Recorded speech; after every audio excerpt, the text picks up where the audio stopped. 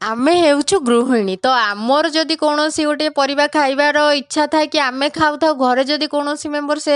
ପରିବାଟିକୁ ଖାଆନ୍ତି ନାହିଁ ତ ଆମ ମୁଣ୍ଡରେ ଥାଏ ଟେନସନ୍ ଆରେ ସିଏ ତ ଖାଇବେନି ଆମେ ଯେହେତୁ ଗୃହିଣୀ ତ ଆମକୁ ତ ସମସ୍ତଙ୍କ ଇଚ୍ଛାରେ ଆମ ଇଚ୍ଛାଟିକୁ ସାମିଲ କରିବା ପାଇଁ ପଡ଼ିବ ଆମ ଇଚ୍ଛାରେ ଆମେ ତ ରୋଷେଇ କରି ଖାଇପାରିବାନି ନା ସେଥିପାଇଁ ମୁଁ ସେ ପରିବାଟିକୁ ଏମିତି ପ୍ରୋସେସ୍ରେ ରାନ୍ଧିଦିଏ ଯେ କି ସମସ୍ତେ ଖାଇବା ପାଇଁ ଭଲ ପାଆନ୍ତି ତ ମୁଁ ଆମ ଘରେ କେହି ଜଣେ କଖାରୁ ଖାଇବା ପାଇଁ ଭଲ ପାଆନ୍ତିନି ତ ମୁଁ କଖାରୁର ଚୋପାକୁ ପ୍ରଥମେ ଛଡ଼େଇ ନେଲା ପରେ ତାକୁ ଲମ୍ବା ଆକାରରେ କାଟିନିଏ ଅରୁଆ ଚାଉଳ ସହିତ କଞ୍ଚା ଲଙ୍କା ପିଆଜ ଅଦା ରସୁଣ ଜିରାକୁ ଦେଇ ଗୋଟେ ପେଷ୍ଟଟିଏ ବନେଇନିଏ ସେଥିରେ ହଳଦୀ ଲଙ୍କାଗୁଣ୍ଡ ଲୁଣ ସହିତ ଟିକିଏ ଗରମ ମସଲାକୁ ଦେଇ ଭଲ ଭାବରେ ଗୋଳେଇ ନେଲା ପରେ କଖାରୁକୁ ସେଇଥିରେ ବୁଡ଼େଇ ନିଏ ଅଳ୍ପ ତେଲରେ ଭଲ ଭାବରେ ଭାଜି ନେବେ ହଁ ଆଗରୁ ତ ଆପଣ ମୋର ଜହ୍ନି ପିଠଉଟି ଦେଖିଥିବେ ବା ସେଇଟା ହେଉଛି କଖାରୁ ପିଠଉ ଖାଇବା ପାଇଁ ବି ଭଲ ଲାଗେ ଦେଖିବା ପାଇଁ ମଧ୍ୟ ବଢ଼ିଆ ଦେଖାଯାଏ ସମସ୍ତେ ଖୁସିରେ ଖାଆନ୍ତି ଯଦି ଆପଣଙ୍କୁ ଭିଡ଼ିଓଟି ଭଲ ଲାଗିଥାଏ ଆପଣ ବି ଏଇଟିକୁ ଟ୍ରାଏ କରନ୍ତୁ ହଁ ଯିବା ପୂର୍ବରୁ ମୋ ଚ୍ୟାନେଲଟିକୁ ସବସ୍କ୍ରାଇବ୍ କରିଦେଇ